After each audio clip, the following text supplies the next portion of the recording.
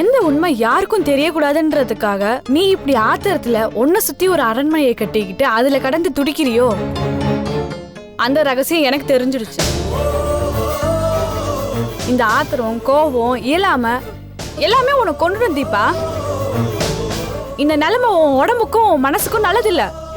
தயவு செஞ்சு அழுதுடு. மனசுல பாரத்தை வச்சுட்டு சாகாத தீபா. உன் காதல் நிறைவேறாத சோகத்துல உனக்குள்ள நீயே தற்கொலை பண்ணிக்கிட்டு சாகாத. தயவு செஞ்சு நான் சொல்றதெல்லாம் புரிஞ்சுக்கோ தீபா. அக்கா, ஐயோ ஏதோ பிரச்சனைங்க. பேசாம இரு. இல்லங்க ஏதோ பிரச்சனைங்க. எதுக்கு அழறான்னு தெரியலையே. ஒரு புயல் பூமியை கடக்க போகுது பார்வதி. கூடிய சீக்கிரம் அது அமைதியாயிடும். நீயும் நானும் அதை வேடிக்கை பார்க்கறத தவிர வேற வழியே கிடையாது.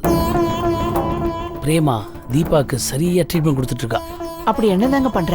அந்த வீட்டு பொண்ணு தீபாவை இந்த வீட்டு மருமகளா அவ மாத்திக்கிட்டு இருக்கா. அவங்கள கொஞ்ச நேரம் விடு. நான் யாருக்கு என்ன பாவம் பண்ண? ஒரு குழந்தை கிட்ட இருந்து பொம்மைய பறிக்கிற மாதிரி எந்த பாவம் மரியாதை என் கிட்ட இருந்து? அந்த கடவுள் ஈவு இறக்கமே இல்லாம என்னோட கனவை, என்னோட காதல ஏன் இப்படி பறிச்சுட்டான்? இந்த காலத்துல தப்பு செஞ்சவங்களுக்கே தண்டனை கிடைக்கிறது இல்ல, அவங்களே தப்பிச்சுக்கிறாங்க. எந்த தப்பு செய்யாத எனக்கும் முத்துக்கும் ஏன் இவ்வளவு பெரிய தண்டனை? நான் கல்யாணத்தை அப்பவே கரெக்டா கேட்டனா இல்லையா? நீ யாரையாவது லவ் பண்றியா இல்லையான்னு அப்பவே சொல்ல வேண்டியதானே? நீங்க எங்க அப்படி கேட்டீங்க? நீ யார காதலிச்சிருந்தாலும் சரி, அந்த காதலை தூக்கி போட்டு உன் அப்பா அம்மா மானத்தை காப்பாத்துன்னு தானே சொன்னீங்க. அப்படியா சொன்ன? சரி, அது ஏன் தப்புதான். நீ ஏது முத்து லவ் பண்றேன்னு சொல்லிருக்கலாம்ல. கொஞ்சம் மெதுவா தான் பேசுங்களேன். நீ முத்து லவ் பண்றேன்னு நான் என்ன கனவா கண்ட? நீ இத பத்தி செல்வா கிட்ட ஒரு வார்த்தை சொல்லிருக்கலாம்ல. அவர் ஏதாவது ஒரு காரணத்தை சொல்லி இந்த கல்யாணத்தை நிறுத்திருப்பாரு. நான் நிறுத்தின என்ன, அவர் நிறுத்தினா என்ன? எப்படி இருந்தாலும் போற மனம் போயிருக்கும். எங்க அப்பா தூக்கல தொங்கி இருப்பாரு. அதை தடுக்கணுங்கிற ஒரே காரணத்துக்காக தான் இந்த கல்யாணத்தை நான் பண்ணிக்கிட்டேன். இப்ப முடிஞ்சு போன விஷயம். இத பத்தி பேசி வேதனை அதிகப்படுத்தாதீங்க. I am sorry Deepa. நிஜமா எனக்கு இது தெரியவே தெரியாது. தெரிஞ்சிருந்தா எப்படியாவது சமாளிச்சு இந்த கல்யாணத்தை நடக்க விடாம பண்ணிருப்பேன். இப்பவும் முத்து இத பத்தி வெளியில யார்கிட்டயும் சொல்ல வேணான்னு எனக்கு ப்ராமிஸ் பண்ண சொன்னான். நான் ப்ராமிஸ் பண்ணல, ஆனா நான் யார்கிட்டயும் சொல்ல மாட்டேன். இத்தனை நாள் நான் எப்படியோ சமாளிச்சுட்டேன். ஆனா முத்துவை இங்க வச்சுக்கிட்டு நான் இந்த வீட்டுல இருக்கிற ஒவ்வொரு நிமிஷமும் எனக்கு நரக வேதனையா இருக்கு. நடந்ததை மாத்த முடியாது தீபா. அதுக்காக முத்து இந்த குடும்பத்து பையன் இல்லைன்னு ஆயிடாது. இந்த பாரத்தை நீ காலம் பூரா சுமந்துதான் ஆகணும். வேற வழியே கிடையாது. அதுக்காக அவங்கிட்ட பேசாம இருக்காத தீபா. எப்பயும் பேசுற மாதிரி சகஜமா பேசி பழகு. அது மட்டும் என்னால முடியவே முடியாது. நான் என் புருஷனோட தம்பியா நினைச்சாலும் அவன் அவனோட காதலியா தான் என்ன பாக்குறான். அவனோட பார்வை, சிந்தனை இதெல்லாம் மாறாத வரைக்கும் அவனோட பழக முடியாது. இந்த வீட்டுல இந்த வெடிகுண்டு எப்போ வெடிக்க போதோன்னு நான் பயந்துகிட்டே இருக்கேன். தீபா இங்க பார், நான் சொல்றது நல்லா கேளு. முத்து என்கிட்ட வந்து தீபா பேச மாட்டேங்கிறா அப்படின்னு அவன் ரொம்ப ஃபீல் பண்றான். அவன் உன்னை லவ் பண்றேன்னு சொன்னான். உன் கூட தனியே பேசுறதுக்கு என்ன ஏற்பாடு பண்ண சொன்னான். ஆனா நான் அவன்கிட்ட என்ன சொன்னேன் தெரியுமா? அது என்னால முடியவே முடியாது, அது தப்புன்னு அவனுக்கு அட்வைஸ் பண்ணி அனுப்பிச்சேன். அது கேட்டு முத்து எவ்வளவு ஃபீல் பண்ணான்னு தெரியுமா? அதனால உன் மனநிலைமை என்னன்னு தெரிஞ்சுட்டு போகிறதுக்காக தான் வந்தேன். ஆனா உன் முடிவு என்னன்றதுல நீ ஸ்ட்ராங்கா இருக்கிறத பார்த்து எனக்கு ரொம்ப சந்தோஷமா இருக்கு தீபா. ஆம்பளைங்க தான் சில சமயம் குழப்பவாதிங்களா இருக்காங்க. ஒரு முடிவு எடுத்துட்டா அது கடைசி வரைக்கும் கடைப்பிடிக்கிறதுல பொம்பளைங்க ரொம்பவே கெட்டி. நீ அதை ரொம்பவே ப்ரூவ் பண்ணிட்டு இருக்க. இனிமே நான் முத்துக்கிட்ட உன்னை டிஸ்டர்பே பண்ணக்கூடாதுன்னு ஸ்ட்ராங்கா சொல்லிடுறேன். அதை இன்னைக்கே செய்யுங்க. முடிஞ்ச இன்னொரு விஷயமும் சொல்லிடுங்க. அவன் ஆம்பளை பையன் தானே, இந்த வீட்லயே தங்க வேண்டாம், வெளியே எங்கேயாவது போய் தங்க சொல்லுங்க. இல்லன்னா நான் இந்த வீட்டை விட்டு வெளியே போக வேண்டிய சூழ்நிலை வந்துடும், அதையே சொல்லுங்க. ஏய் இல்ல இல்ல, அப்படிலாம் எதுவும் பண்ணிடாத தீபா. இன்னொரு விஷயம், செல்வாவும் நீயும் டைவர்ஸ் ஆகுதுன்னு என்ன பண்ண சொல்றீங்க? வாழவும் முடியாம சாகவும் முடியாம காதலிச்சவன மச்சின வச்சுக்கிட்டு இந்த நரகத்துல நான் எத்தனை நாள் இருக்க முடியும்னு நினைக்கிறீங்க? என் கேரக்டர் இது இல்லையே. யாரா இருந்தாலும் தூக்கி போட்டு என் வழியில போயிட்டு இருப்ப. எவ்வளவு சுதந்திரமா சுத்திட்டு இருந்த. ஒரு நாளைக்கு 24 மணி நேரங்கிறது இந்த ரூம்ல அடைஞ்சு கிடக்கும் போதுதான் இப்பதான் எனக்கு தெரியுது. 24 மணி நேரத்தை கடக்கிற கொடுமை என்னால தாங்கவே முடியல. இங்கேயே விரைச்சு போய் பணமா சாக என்னால முடியாது. நானும் மனுஷி தானே, எனக்கு மட்டும் வாழணும்னு ஆசை இருக்காதா? நீ சொல்றதும் சரிதான் தீபா. அதனால அந்த கடவுளே வந்து தடுத்தாலும் சரி, இந்த டைவர்ஸ் நடக்கும். அவசரப்படாத. சந்தியாவோட நிலைமை என்ன ஏதுன்னு நமக்கு இன்னும் தெரியல. சந்தியா வரட்டும், அது வரைக்குமாவது கொஞ்சம் பொறுமையா இரு. அதுக்கப்புறம் உன் டைவர்ஸ் முடிவாயிடு. உன் குடும்பத்துக்காகவும் சந்தியாக்காகவும் நீ நிறைய தியாகம் பண்ணிட்ட தீபா. இப்போ செல்வா குடும்பத்துக்காக இந்த தியாகத்தையும் பண்ணிடு. இந்த குடும்பத்தோட மானத்தை காப்பாத்துமா, உனக்கு புண்ணியமா போகும். நான் யோசிக்கிறேன்.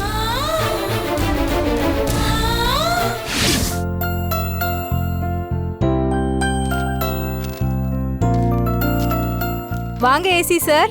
வாங்க வாங்க உட்காருங்க. சௌக்கியமா அபி? நான் நல்லா இருக்கேன். நீங்க? நல்லா இருக்கேன். உங்க வீட்டுக்கு போயிருந்தேன். பிரேமாக்கு ஃபோன் பண்ணியிருந்தேன். நீங்களாம் எங்க இருக்கிறதா சொன்னாங்க, அதான் வந்தேன். உங்க அண்ணன் மகாவோட ட்ரீட்மெண்ட்காக அவளை கூட்டிட்டு யூஎஸ் போயிருக்காரு. உங்க அண்ணி மகாவோட ஆபீஸ்ல இருக்காங்க. அண்ணி மகா ஆஃபீஸை டேக் ஓவர் பண்ணிட்டாங்கன்றதை கேள்விப்பட்டேன்.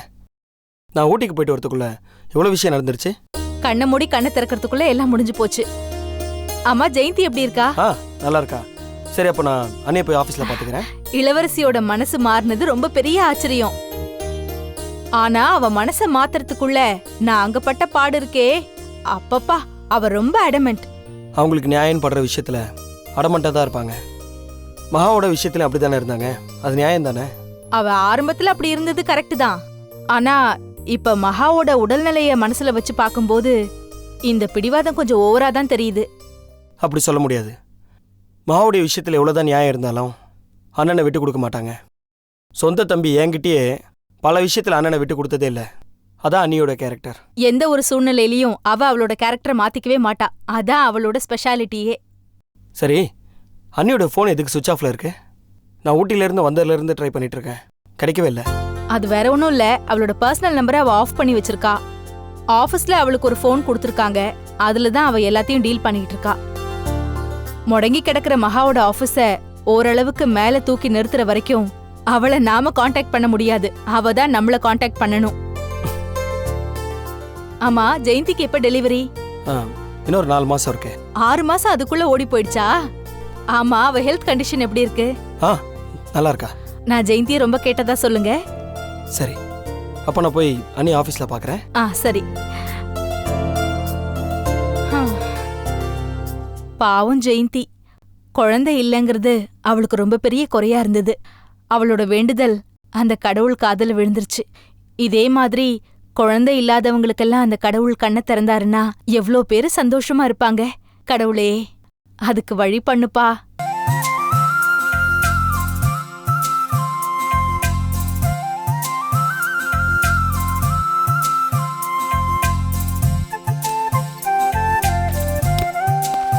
Excuse me madam. Come in. எல்லாம் ரெடி மேடம். இப்போ கும்மிடிப்பூண்டி சைட்டுக்கு போனால் சைட்டை பார்த்துட்டு அப்படியே நீங்கள் சொன்ன கோயிலுக்கும் போயிட்டு வந்துடலாம் madam. Car? Ready madam. Driver? டிரைவரை மாற்றிட்டேன் மேடம். இப்போ இருக்கிற டிரைவர் ரொம்ப திறமையான ஆள் மேடம். கார் அக்கு வேறு ஆணி வேற பிரித்து பழையபடியே மாட்டிடுவார். Very good. Good morning. Hello, யார் சார் நீங்கள்? நீங்கள் பாட்டுக்குள்ளே வர்றீங்க? குமார், இருங்க, இவர் என் ஹஸ்பண்டோட தம்பி, assistant commissioner mister Shanmugam. Sorry sir, தெரியாமல் சொல்லிட்டேன். பரவாயில்ல. அப்புறம் உங்ககிட்ட கொஞ்சம் பர்சனலாக பேசணும். Okay madam. அப்புறம் நீ எப்படி இருக்கீங்க? அதான் பார்க்குறீங்களே, இந்த ஒரு மாசத்துக்குள்ள என்னென்னமோ நடந்துருச்சுல்ல. நடக்கிறதெல்லாம் நல்லதுக்கு தானே நான் நம்புறேன். பாப்போம். மகா கம்பெனியை நீங்கள் டேக் ஓவர் பண்ணிட்டீங்க.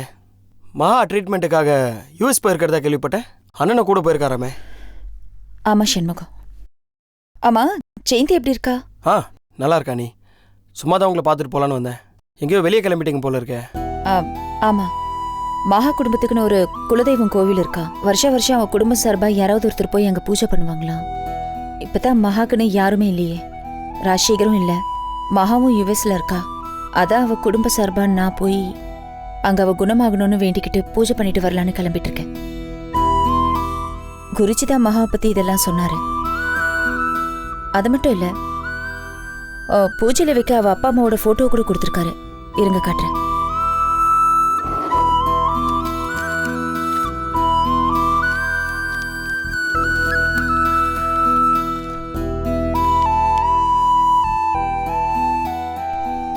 திருவள்ளூருக்கு பக்கத்துல தான் கோவில் இருக்கிறத சொன்னாங்க.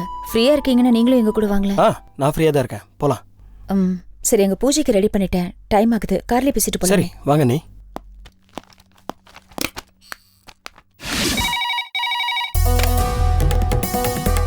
என்ன எதுக்கு பார்க்கணுமா? என்ன விஷயம்? சரி சரி, வர சொல்லு.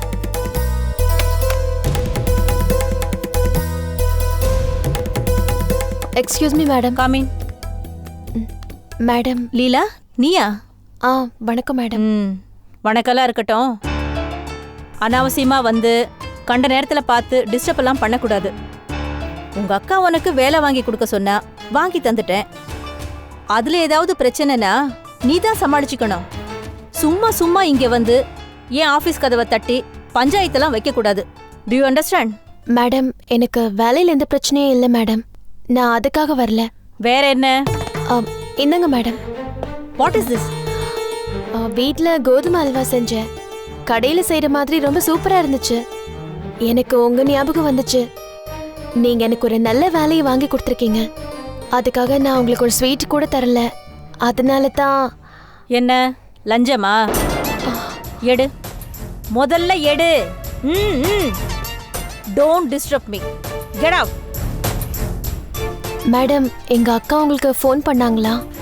அவங்க எதுக்கு ஃபோன் பண்ணணும்? என்ன அடுத்த உதவியா? ஆமாம் மேடம். ஆமாவா? தப்பா எடுத்துக்காதீங்க மேடம். ரொம்ப மிரட்டுற மாதிரி பேசுறீங்க. அப்புறம் பயந்து சொல்ல வந்ததை நான் மறந்துடுவேன் மேடம். தயவு செஞ்சு என்னை கொஞ்சம் பேச விடுங்களேன் மேடம். சரி, என்னன்னு சொல்லு. மேடம், என் வீட்டுக்காரர் வேலை செய்கிற ஜெராக்ஸ் கடை ஒரு நல்ல விலைக்கு வருது. மயிலாப்பூர் லஸ் கார்னர்ல ரொம்ப பிஸியான கடை. என் வீட்டுக்காரர் உழைக்கிறத பார்த்து அவருக்கே அந்த கடையை கொடுக்கணும்னு சொல்லி ஓனர் முடிவு பண்ணியிருக்காரு. வெளியில வித்தா 10 லட்சம் போகும். எங்க ஏழ்மையை புரிஞ்சுக்கிட்டு 5 லட்சம் கேட்குறாரு. ஆனா அந்த பணம் கூட எங்க கிட்ட இல்லை. நானும் வேலைக்கு போறேன், என் வீட்டுக்காரும் வேலைக்கு போறாரு. எங்களுக்கு நீங்க 5 லட்சம் லோன் சாங்ஷன் பண்ணீங்கன்னா நாங்களும் கொஞ்சம் கௌரவமான நிலைமைக்கு வருவோம். எங்களுக்கு கொஞ்சம் ஹெல்ப் பண்ணுங்க மேடம். Please madam. எங்களுக்கு எங்கள் அக்கௌண்ட்லாம் இல்லை. அக்கௌண்ட் வச்சிருக்கிற பேங்க்லேயும் வெறும் மினிமம் பேலன்ஸ் தான் வச்சுருக்கோம். குழந்தையும் கான்வென்ட்டில் கூட படிக்க வைக்கல, சாதாரண ஸ்கூலில் தான் படிக்கிறா. வீட்டு வாடகை 3 மாதம் பாக்கி. மளிகை கடையிலையும் அக்கௌண்ட் தான் வச்சுருக்கோம். வாழ்க்கையோட அடிமட்டத்தில் போராடிக்கிட்டு இருக்கோம். எங்களை கொஞ்சம் கை தூக்கி விடுங்க மேடம். நீங்க நினைச்சா கண்டிப்பா முடியும் மேடம். அதுக்கு தானே இந்த பதவியில இருக்கீங்க. ஏய், உனக்கு உதவி செய்யறதுக்காக தான் இந்த பதவியில நான் இருக்கேனா? மேடம், நீங்க நினைச்சா கண்டிப்பா முடியும் மேடம். நீங்க போடுற ஒவ்வொரு கையெழுத்தும் எத்தனையோ பிசினஸை காப்பாத்துது. அந்த பிசினஸ்ல எத்தனையோ 1000 பேரை வேலை செஞ்சுட்டு இருக்காங்க. நீங்க போடுற ஒவ்வொரு கையெழுத்துலையும் எவ்வளவோ குடும்பங்கள்ல அடுப்பெரியுது, பசி தீருது. அவங்களுக்கெல்லாம் நீங்க கடவுள் மாதிரி மேடம். எத்தனையோ குடும்பத்துக்கு மறைமுகமா நீங்க உதவி செஞ்சிருக்கீங்க. ஆனா அந்த எத்தனையோ 1000 பேர்ல ஒருத்தர் முகத்தையாவது நீங்க பாத்திருக்கீங்களா? ஒரு சின்ன செடி வச்சா அது நம்ம கண்ணு முன்னாடி வளருது, அதை பார்த்து சந்தோஷப்படுறோம். நம்ம குழந்தை நம்ம கண்ணு முன்னாடி வளருது, அது ஒரு சந்தோஷம். ஒருத்தருக்கு ரோட்ல தர்மம் பண்றோம், அவரு நம்மளை பார்த்து சிரிக்கிறாரு, அதை பார்க்கறதுல நமக்கு ஒரு சந்தோஷம். கஷ்டத்துல இருக்கிறவங்களுக்கு நேர்ல உதவுறதுல ஒரு சந்தோஷம், ஒரு ஆனந்தம். ஆனா முகம் தெரியாத எத்தனையோ பேருக்கு நீங்க போடுற ஒரு கையெழுத்து உதவுதே, அந்த சந்தோஷம், அந்த ஆனந்தம் உங்களுக்கு கிடைச்சிருக்கா? நீங்க போடுற விமலாங்கிற ஒரு கையெழுத்துல ஒரு 1000 குடும்பம் வாழ்ந்துட்டு இருக்கே, அதை என்னைக்காவது நீங்க நினைச்சு பார்த்திருக்கீங்களா? அப்படி நினைச்சு நீங்க என்னைக்காவது கையெழுத்து போட்டிருக்கீங்களா? நீங்க சைலண்டா ஒரு புரட்சி பண்ணிக்கிட்டு இருக்கீங்க, அது உங்களுக்கு தெரியுமா மேடம்? டீயா, காஃபியா, இல்ல ஜூஸ் குடிக்கிறியா? பரவாயில்ல மேடம், எங்களை மாதிரி கஷ்டப்படுற குடும்பங்களுக்கு நீங்க உதவி பண்ணா நாங்க வளர்றத நீங்க நேர்ல பார்க்கலாம், சந்தோஷப்படலாம். நான் உங்க பேங்கை ஏமாத்திர மாட்டேன். கடுமையா உழைச்சு நேர்மையா அந்த பணத்தை. போதும், நீ பேசுறது எதுவுமே எனக்கு புரியல. ஆனா நீ பேசுற விதம் எனக்கு ரொம்ப பிடிச்சிருக்கு. நீ சொன்ன ஒரு விஷயம் நிஜம். நான் இது வரைக்கும் கடமைக்காக தான் கையெழுத்து போட்டிருக்கேன். என் கையெழுத்து எத்தனையோ 1000 பேரை வாழ வைக்குதுங்கிற அந்த ஆங்கிள் நான் யோசிச்சதே இல்லை. எனக்கு தெரியாமலே நான் நிறைய பேருக்கு உதவி பண்ணியிருக்கேங்கிறது நீ சொல்லி எனக்கு புரியறப்ப எனக்கு ரொம்ப சந்தோஷமா இருக்கு. சைலண்டா புரட்சி பண்றேன்னு சொன்னியே, ஐ லைக் இட். ஒன்னு பண்ணுங்க, நீயும் உன் புருஷனும் என் பேங்க்ல ஜாயிண்ட் அக்கவுண்ட் ஓபன் பண்ணுங்க. 1 மாச சம்பளத்தை இங்க போட்டு எடுங்க. லோன் அப்ளிகேஷனை போடுங்க. கடைக்கான டாக்குமெண்ட், லோன் எஸ்டிமேஷன் எல்லாத்தையும் கொடுங்க. இளவரசிய ஒரு ஷூரிட்டி சைன் மட்டும் பண்ண சொல்லுங்க. நான் லோன் சாங்ஷன் பண்றேன். ரொம்ப தேங்க்ஸ் மேடம். நான் ரொம்ப நேரம் எடுத்துக்கிட்டேன். நான் வரேன் மேடம். நில்லு. என்ன மேடம்? என்னமோ சொன்னியே, டிஃபன் பாக்ஸ்ல என்ன அது? கோதுமை அல்வா மேடம். அதை கொடுத்துட்டு போ, எனக்கு ரொம்ப பிடிக்கும். சரிங்க வை. மேடம். போயிட்டு வரேன் மேடம்.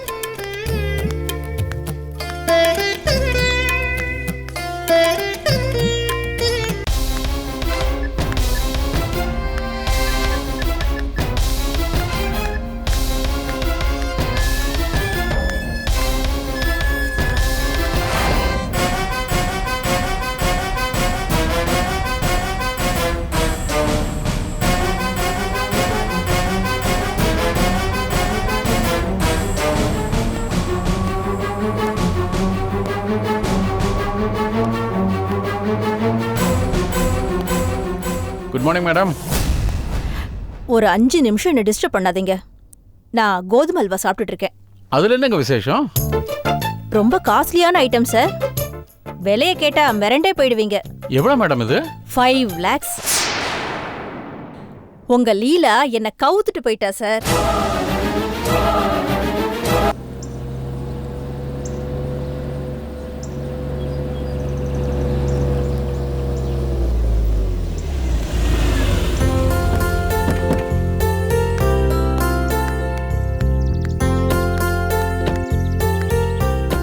உள்ள போலாமா?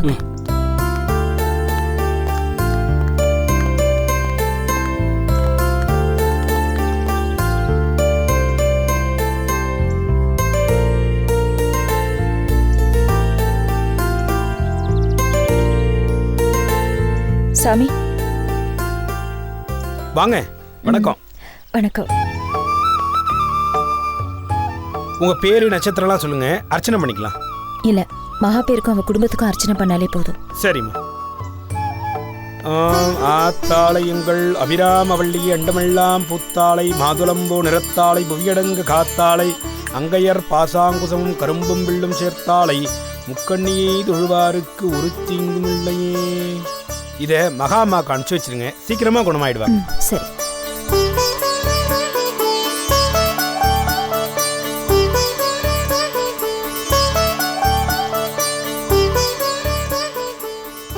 ஏன் சாமி சொல்லுங்கம்மா. பரம்பரையா உங்க குடும்பம் தான் இங்க பூசாரியா இருக்கா? ஆமாம்மா, நான் எங்க அப்பா எங்க தாத்தா 3 தலைமுறையா இங்க தான் பூஜை பண்ணிட்டு இருக்கோம். ஓஹோ, நீங்க இங்க எத்தனை வருஷமா பூசாரியா இருக்கீங்க? 10 வயசுல எங்க அப்பாவுக்கு உதவியா வந்தேன். கொஞ்ச நாள்ல அப்படியே நானே பூசாரி ஆயிட்டேன். இல்ல, கோவில்ல மெயின்டெனன்ஸ் எல்லாம் கொஞ்சம் கம்மியா இருக்கு, நிறைய வேலைங்க இருக்கும் போல இருக்கு. ஆமா, என்ன பண்றது, சீரமைக்கணும், பல லட்சம் செலவாகும். யார் கொடுப்பா சொல்லுங்க? மகா குணமாயிடணும், அதுக்கு பதிலா இந்த கோவிலை சீரமைக்கிறேன்னு இந்த அம்மன் கிட்ட வேண்டிட்டு இருக்கேன். மகமாயி புண்ணியத்துல மகாமா கண்டிப்பா குணமாயிடுவாங்க. மகமாயி நிச்சயமா கைவிட மாட்டா. குமார், இந்தாங்க மேடம். இதுல 5 லட்சம் ரூபாய் செக் இருக்கு. கோவிலுக்கு என்னென்னலாம் வேலை இருக்கோ அது எல்லாத்தையும் செஞ்சு முடிச்சிருங்க. சரிம்மா, ரொம்ப நன்றிம்மா. குருஜி தெரியுமா உங்களுக்கு? ஐயாவை தெரியாமலையா? பரம்பரை வைத்தியர், நல்லா தெரியுங்களே. அவர்கிட்ட நான் இந்த விஷயத்தை பத்தி ஏற்கனவே சொல்லி இருக்கேன். அவர் வந்து உங்களை பாப்பாரு. நீங்க 2 பேரும் சேர்ந்து என்ன பண்ண முடியுமோ பண்ணிடுங்க. அப்புறம் கோவில் கல்வெட்டுல மறக்காம மகா குடும்பத்தோட பேர் எழுதிருங்க. சரிம்மா, செக்கா கொடுக்குறீங்க, பணமா கொடுத்தா பரவாயில்ல. இல்ல சாமி, காசா கொடுத்தா மகாக்கு நான் கணக்கு சொல்ல முடியாது. ஓ, குருஜியோட ஆசிரமம் பேர்ல தானே செக் கொடுத்துருக்கேன். குருஜி உங்களை வந்து பாப்பாரு, எல்லா ஹெல்ப்பும் பண்ணுவாரு. 2 பேரும் சேர்ந்து என்ன வேலை செய்யணுமோ அதை செஞ்சிருங்க. நான் அப்பப்போ வந்து ஹெல்ப் பண்றேன். சரிங்கம்மா.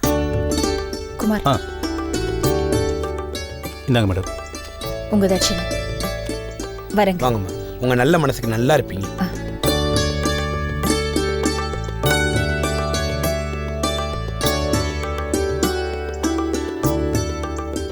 ஏன் நீ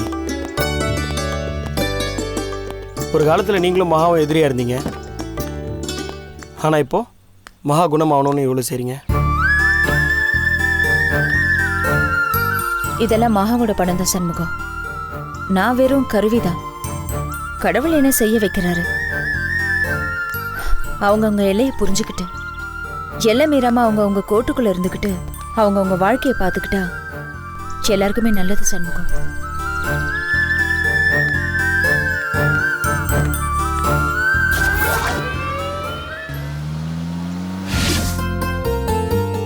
என்னம்மா என்ன பண்ணிட்டு இருக்க? வாங்கம்மா. என்னம்மா சந்தியா எங்க கூட்டிட்டு போற? வாங்க வாங்க வாங்க. முதல்ல உட்காருங்க. எதுக்குமா சொல்லு. உட்காருங்க. இன்னைக்கு நான் சமைச்சிருக்கேன். நீங்க சாப்பிட்டு பார்த்து எப்படி இருக்குன்னு சொல்லணும். ஒரு நிமிஷம் வரேன். அம்மணி, உன் சமையல சாப்பிடறதுக்கு விருந்தாளி வந்தாச்சு போல இருக்கு. இருங்க, நான் யாருன்னு பாக்குறேன். என்னம்மா? ஒருவேளை எங்க அப்பா மறுபடியும் வந்திருந்தா? செழிய வந்திருந்தா? நீ உள்ள போ, நான் பாத்துக்கிறேன்.